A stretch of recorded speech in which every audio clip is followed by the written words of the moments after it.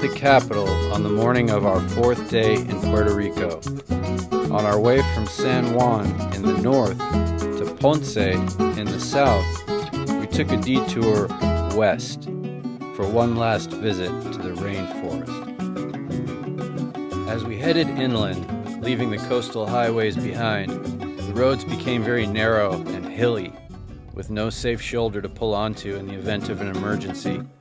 Frequent blind turns made for a harrowing ride. I would not recommend driving these roads in darkness or heavy rain. Holy shit! Oh my god, where are you? Okay. No trucks, no trucks, no trucks. An hour out of San Juan, we arrived safely at our destination.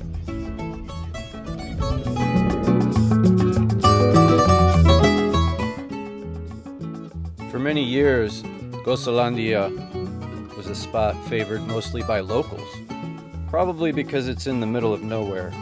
But nowadays, with the advent of Google, Yelp, TripAdvisor, etc., it's no longer a secret. Best to arrive early if you want to beat the crowds.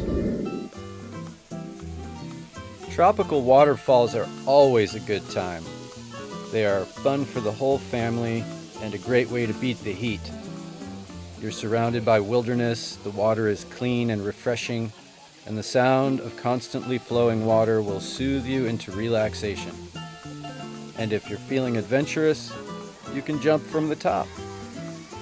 Though, it's worth noting that when I researched Gozolandia, I came across news stories documenting 2 different deaths within the last few years. Jumping from waterfalls is dangerous. The rocks are slippery, and in the case of this one, you'd have to jump outwardly by several feet in order to clear the rocks directly below the cliff's edge. When considering a jump, you mustn't take anything for granted. First, check the depth. Make sure it's deep enough to jump into from a great height. Inspect the viability of the rocky surfaces, making sure you're comfortable with the terrain. Maybe take a practice jump.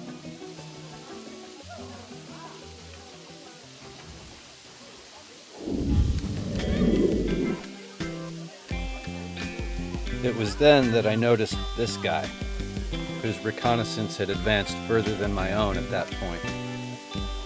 I would later learn that his name is Austin.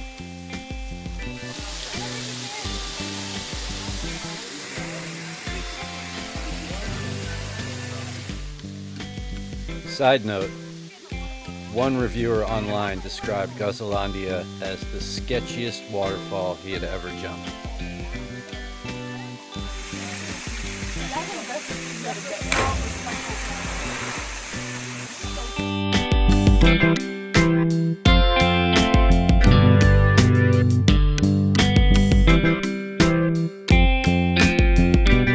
Good form, Austin. Well done.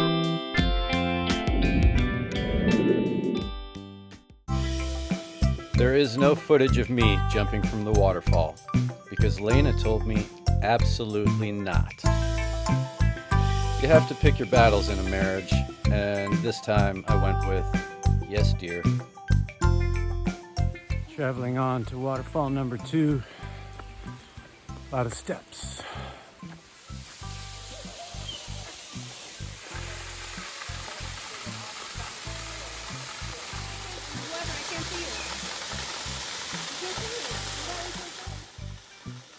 Jumping from this second waterfall seemed like a suicidal proposition, so here I limited my antics to the kiddie pool variety.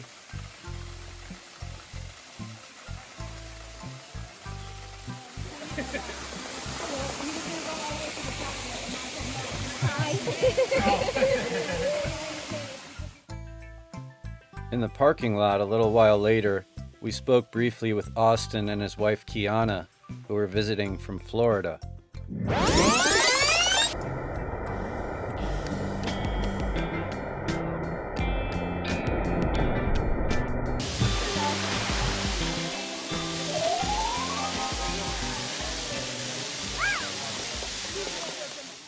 Kiana was kind enough to provide me with the following video of events which took place after Lena and I moved on to the second waterfall.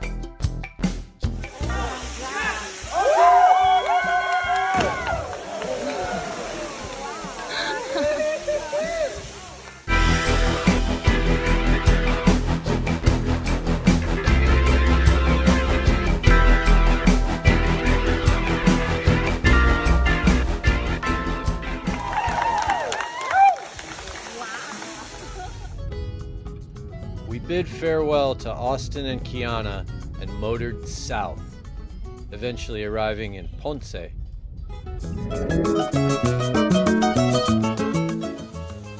Ponce is Puerto Rico's second most populous city after San Juan, and it has a rich history. Juan Ponce de Leon was an explorer and conquistador attached to Columbus's expedition to the Americas. This city is named after his grandson, Juan Ponce de Leon II, who was the first governor of Puerto Rico to actually have been born here. There's a lot more to learn about Ponce, but because we were here for just one night, we didn't do much beyond checking into our hotel, walking around a bit, and enjoying some good food.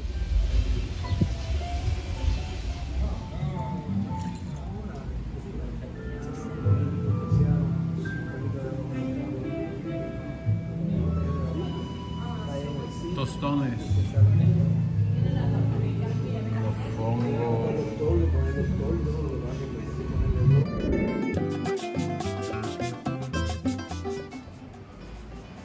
In the morning, I took one last look at Ponce before we ate breakfast at the hotel and hit the road.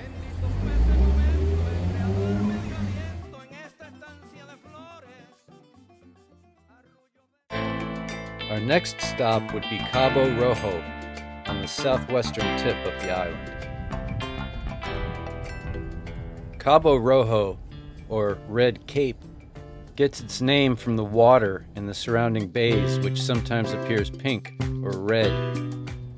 This phenomenon is because of the high salt content. Cabo Rojo is a natural salt flat, and commercial salt production is a major industry in the area. The Cape is also home to an 1,800-acre national wildlife refuge. Meanwhile, our trusty Hyundai was doing a great job on this dirt road that seemed to go on forever.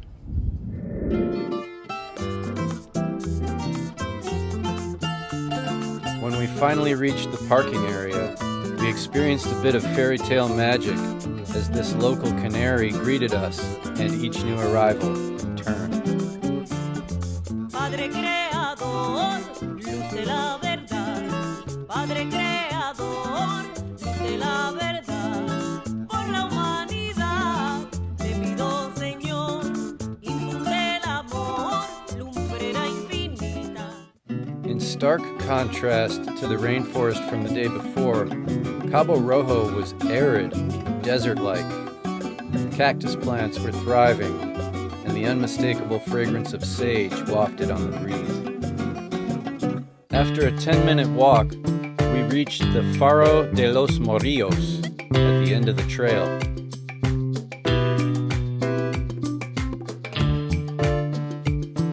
In operation since 1882, this lighthouse guides mariners through the darkness, around the Cape, and into the Mona Passage, a channel that flows between Puerto Rico and the Dominican Republic, connecting the Caribbean Sea with the North Atlantic. After taking in the view for a few minutes, we hiked down to the nearest beach, La Playuela. On this particular Thursday in May, we had the place mostly to ourselves. Whether you prefer sun or shade, this beach has something for everyone. Just be careful not to step on the hermit crabs. Like their name implies, they prefer to be left alone.